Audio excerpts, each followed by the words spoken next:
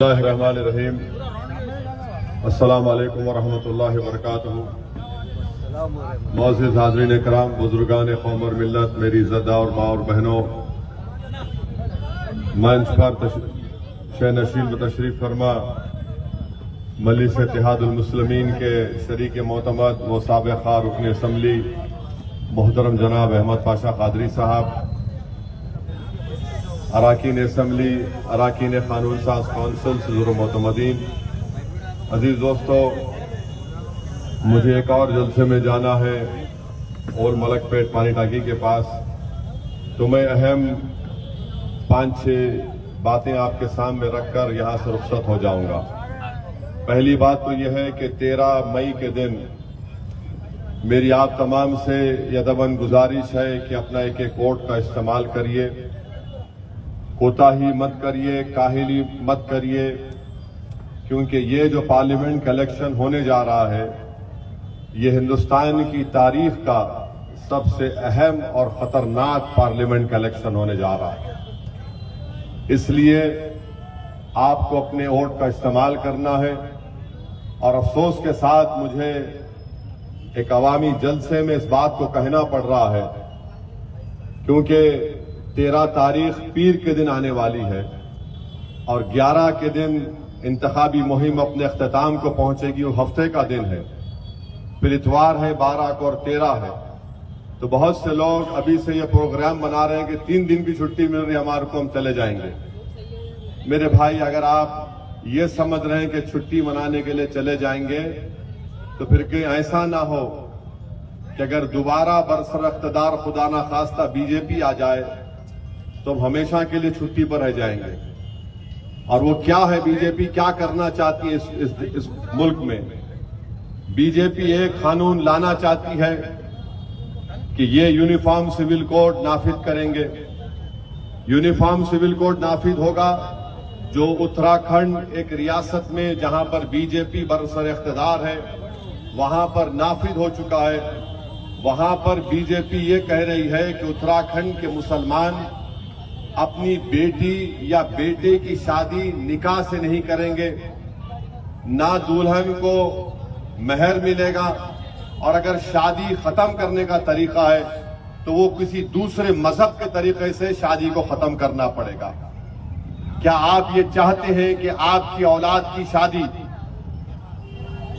निकाह के जरिए ना हो, खुतबे निकाह ना हो, गवाह ना हो, महर का जिक्र ना हो? ये बीजेपी करना चाह रही है। दूसरा, बीजेपी ये करना चाह रही है कि हमारे मुल्क के आईन को तब्दील करना चाह रही है। और अगर हमारा मुल्क का आईन तब्दील या खत्म करके नया लिखा जाएगा तो इसमें सबसे बड़ा नुकसान दलितों को होगा, मुस्लिम अक़लियत ईसाइयों को होगा और हमारे बैकवर्ड क्लास के भाई बहनों को होगा। मुस्लिम अक़लियत का नुकसान यह है कि मौजूदा आईन में मसावात, राइट टू इक्वालिटी एक फंडामेंटल राइट है, हम उससे महरूम हो जाएंगे। आर्टिकल 29 दफा 29 के तहत अक़लियतों को इस बात की इजाजत दी गई कि अपनी तहजीब का तहफ़्फ़ुज़ कर सके, और दफा 30 के तहत हम अपने पसंद के तालीमी इदारे खोल सकते हैं, चाहे वो मदरसा हो, मेडिकल कॉलेज हो, इंजीनियरिंग कॉलेज हो, स्कूल हो, जिसमें हम अगर प्राइवेट होगा तो हम 100% उसमें जो अक़लियत खोलती है उनके बच्चों को एडमिशन देंगे। बीजेपी को खत्म कर देगी। तीसरा, बीजेपी ये करना चाहती है कि कानून है, वो कानून ये है कि 15 अगस्त 47 को 47 को जो मंदिर थी, मस्जिद थी, गिरजाघर था, वो वैसे ही रहेगा, उसको तब्दील नहीं करेंगे। बीजेपी चाहती है कानून को ही खत्म कर दे ताकि हर इबादत गाह पर कोई कह दे कि यहां पर ऐसा था, वहां पर तोड़ के बनाया गया। चौथा यह है कि हिजाब और निकाब एक मसला बन के रह जाएगा। आप देख रहे हैं कि मजहब तब्दीली करने के लिए जहां पर बीजेपी इख्तिदार में है वहां पर कानून यह बन चुका है कि आपको कलेक्टर से इजाजत लेना पड़ेगा मजहब तब्दील करने के लिए। तो ऐसे बहुत से चीजें हैं जो बीजेपी करना चाहती है। अगर आप एक और बात देख लो, आप बीजेपी अखबार में इश्तिहार दे रही है कि हम ये करेंगे, ये 8-10 चीजों की फोटो है। आप जाकर देख लो, उसमें लफ्ज मुसलमान को छोड़ो, लफ्ज अक़लियत भी नहीं है उसमें।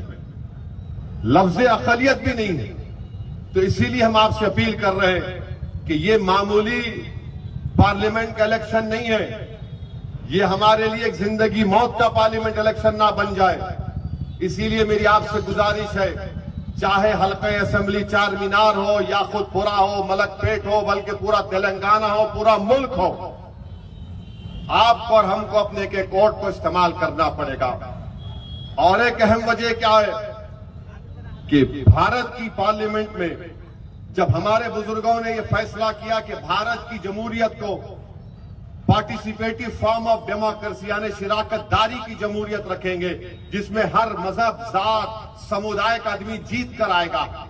आज की लोकसभा में हमारे वतन अजीज में भारत में 17 करोड़ मुसलमानों की आबादी है, 14% 2011 के सेंसस के मुताबिक 4.5% खाली मुस्लिम एमपी हैं, 4.5% खाली। अब आप देख लीजिए कि महाराष्ट्र में 48 लोकसभा की सीटें हैं। ना कांग्रेस ने, ना शरद पवार ने, ना उद्धव ठाकरे ने एक भी मुसलमान को टिकट नहीं दिया, एक भी, 48 में से एक भी नहीं। और महाराष्ट्र में मुस्लिम अक़लियत करीब 1 करोड़ 10 लाख है, 12-13% है। अब आप देख लीजिए छत्तीसगढ़ में नहीं दिया कांग्रेस से मुसलमान को टिकट, मेघालय में, नागालैंड में, सिक्किम में, त्रिपुरा में, गुजरात में, मध्य प्रदेश में, राजस्थान में, अरुणाचल में, गोवा में, हिमाचल में, झारखंड में, मणिपुर, मिजोरम, पंजाब, तमिलनाडु और उत्तराखंड। आप समझ रहे मेरी बात को कि एक तरफ तो हमको टिकट नहीं दिया जा रहा है, दूसरी तरफ बीजेपी ये काम करना चाह रही है। तो बताओ तुम्हारा गम, तुम्हारी राय कौन लड़ेगा पार्लियामेंट में जाकर फिर? तो इसीलिए मेरी आप तमाम से गुजारिश है कि आपके लिए, हमारे लिए ये इलेक्शन बड़ा अहम है। और आप देख रहे हैं कि मौजूदा वजीर आजम ने खुलम खुला कह दिया कि भारत का मुसलमान घुसपैठी है। आप बताइए, इतनी बड़ी आबादी, 17 करोड़ की मुस्लिम अक़लियत की आबादी, 133 करोड़ का वजीर आजम, और ये जबान, घटिया जबान इस्तेमाल करते और कहते हैं कि हिंदू बहनों के गलों से मंगलसूत्र उतारकर मुसलमानों को दिया जाएगा, और कहते हैं कि मुसलमान ज्यादा बच्चे पैदा करते हैं।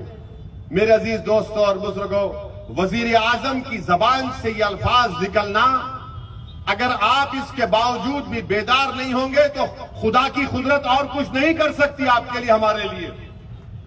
अल्लाह सुब्हाना व तआला इनके ही जबानों से बुलवाने लगा रहा है कि तुम जागो, ख्वाब गफलत से उठो, तुम्हारी बर्बादी का सामान ये लोग लेकर आ रहे हैं, उठो, मुत्तहिद हो जाओ, अपने नुमाइंदों को कामयाब करो। ये वक्त इंतशार की कैफियत को बरकरार रखने का नहीं है, ये वक्त अपनी अनानियत की तस्कीन को पाने का नहीं है, ये वक्त एक शीशा पिलाई हुई दीवार की तरह खड़े होने का है। और अगर आप शीशा पिलाई हुई दीवार की तरह खड़े हो जाएंगे तो मुल्क को हम बचा पाएंगे, वरना आज मुल्क में नफरत इतनी फैल चुकी है कि उत्तर प्रदेश के एक यूनिवर्सिटी में एक इम्तिहान में आंसर शीट में 4 बच्चों ने इम्तिहान का क्वेश्चन पेपर का जवाब नहीं लिखा और लिख दिया जय श्री राम, और एग्जामिनर ने उनको 50% मार्क्स दे दिए, क्योंकि एग्जामिनर को मालूम था कि मुल्क का वजीर आजम सुबह शाम मुसलमान माइनॉरिटी करता है, उसको अपनी जान प्यारी थी, और 50% मार्क्स मिल गए उनको। बताओ आप क्या है भैया? मेरे अजीज दोस्तों और बुजुर्गों, इसीलिए मेरी आप तमाम से अपील है कि 13 तारीख के दिन सुबह 7 बजे से शाम में 5 बजे तक हम तमाम को कोशिश करनी चाहिए। बल्कि मैं अपने मजलिसी रुफ़क़ा अराकीन से भी ये कह रहा हूं, आपसे भी अपील कर रहा हूं कि हमारे पास एक ऐसा ग्रुप तैयार होना चाहिए जो लोगों को घर से निकाले। अगर आज के इस मजमे से अगर कोई लोग ये तय कर ले कि मैं अपने मोहल्ले के 5 घर के लोगों को ले जाकर वोट डलाऊंगा, 5 घर की जिम्मेदारी ले लिए, तो यकीन जानिए हमारा पोलिंग परसेंटेज 45% नहीं होगा, 70-80% तक जा सकेगा इंशाअल्लाह ताला। और ये काम आप करेंगे नहीं करेंगे मुझे बताइए? एक एक आदमी 5-5 घर की जिम्मेदारी लेगा इंशाअल्लाह। खाली इंशाल्लाह बोल के सुबह में भूल नहीं जाना। सुबह उठिए, आप तय कर लो ये 5 घर में जिम्मेदारी मेरी, मैं इनको उठाऊंगा, जगाऊंगा, इनको समझाऊंगा और इनको पोलिंग बूथ को भिजाऊंगा। ये आपको काम करना है। तो मेरे अजीज दोस्तों और बुजुर्गों, वजीर आजम की जबान एक अजीब और गरीब जबान हो चुकी है कि आप कह रहे हैं कि मंगलसूत्र निकाल कर दिया जाएगा। मुल्क के वजीर आजम, आप इस तरह की बात मत करिए, वरना हमारे मुंह में भी अल्लाह ने जबान दी है, हम बहुत दूर तक जा सकते हैं। आप बताइए, जब कोविड में लाशें पानी में तीर रही थी, वो किसका मंगलसूत्र था? बताओ आप। वो हमारी बहनें जो बेवा हो गई, उनके मंगलसूत्र का क्या होगा? इस वजीर आजम ने आप तमाम को लाइन में खड़ा किया, 500,000 की नोट गायब कर दी, सबको लाइन में खड़ा कर दिया। इस वजीर आजम ने पूरे मुल्क के गरीबों को सिर्फ आधा घंटा, 4 घंटे दिए और कहा कि लॉकडाउन। आप परेशान हो गए। इस वजीर आजम ने दारुल हुकूमत दिल्ली में ऑक्सीजन का इंतजाम नहीं किया, लोग मर गए। दवाएं हमको देर से मिली कोविड की, लोग मर गए। ये सब हमारे मुल्क में हो रहा है, मगर एक नफरत की आग पैदा कर दी गई है।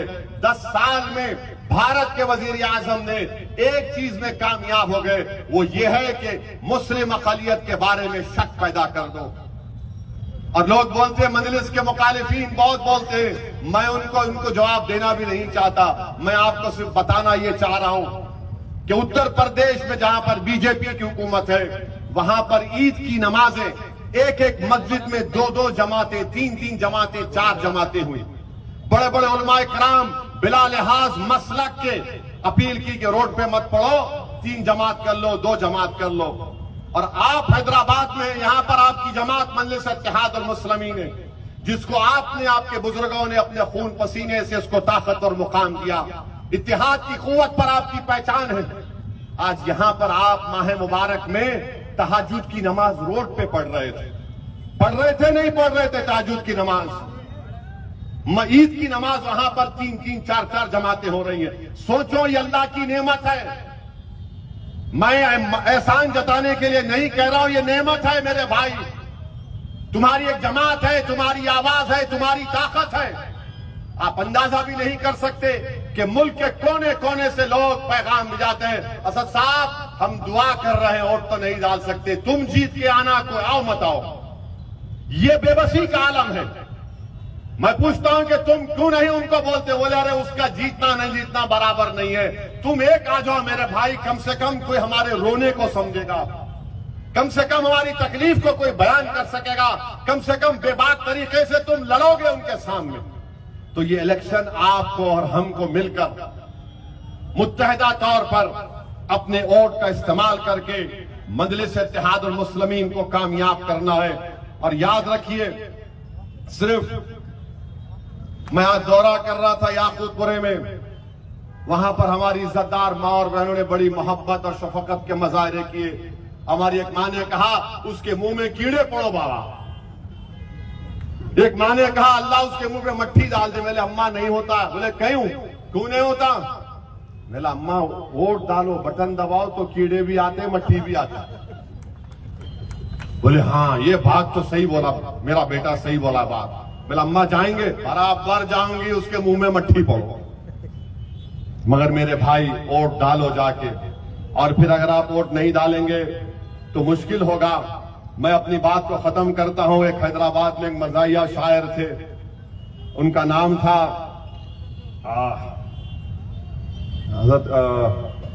गौस खामखा। गौस खामखा ने अच्छा लिखा था, मोदी के बारे में लिखा था शायद। तो गौस खामखा के इस जुमले पे खत्म करता हूं, जरा बाद में साथ दो आप मेरे को। मुसलमान औरतों की झूठी फिक्र है, रोजाना औरतों पे जुल्म कर रहे, नहीं बोले तो सुनते नहीं। हाँ, करने के जो काम है वो जैसे के वैसे है, नहीं करने के काम कर रहे, नहीं बोले तो सुनते नहीं। हिंदू मुस्लिम करके अपने घर का राशन भर ले रहे, देश के लोगों को भूखा मार रहे, नहीं बोले तो सुनते नहीं। रेल भी बेचता हूं, BHEL भी बेचता हूं, तुम बोले तो चंचलगुड़े की जेल भी बेच देता हूं। कैसे तानाशाही कर रहे, नहीं बोले तो सुनते नहीं। अब इस पे आ जाओ, बोले ना बच्चे बहुत पैदा कर रहे, इसके बच्चे उसके बच्चे कितने हैं गिनते फिर रहे, दूसरों के घर में झांकते फिर रहे, नहीं बोले तो सुनते नहीं। इनका क्या खा रहे, उनका क्या पका रहे, झांकते फिर रहे, गरीब भूखा मर रहे, नहीं बोले तो सुनते नहीं। हैदराबाद का नाम बदल के भाग्यनगर रखते कते, बाप की जागीर कहीं को समझ रहे, नहीं बोले तो सुनते नहीं। अब आप लोग अपनी अपनी बेगम को लेकर जाएंगे 13 तारीख को, आवाज नहीं उठाए तो हाथ तो उठा लो, नहीं तो फिर मेरे को नहीं बोलना पड़ेगा, नहीं बोले तो सुनते नहीं। सुनते ना बात को। हाँ देखो पाशा भी मुस्कुरा रही है उम्र में माशाअल्लाह, हमारा शरीक मोहतमद जवान है आज भी अल्हम्दुलिल्लाह। तो आप तमाम से अपील है 13 तारीख के दिन एक होकर पोलिंग बूथ को जाइए, इस मुल्क को बचाइए, इस मुल्क की तहजीब को बचाइए, इस मुल्क की इबादत गाहों को बचाइए, अपनी तहजीब को बचाइए, CAA के गलत कानून से अपने आप को बचाइए। अस्सलाम वालेकुम व रहमतुल्लाहि व बरकातहू।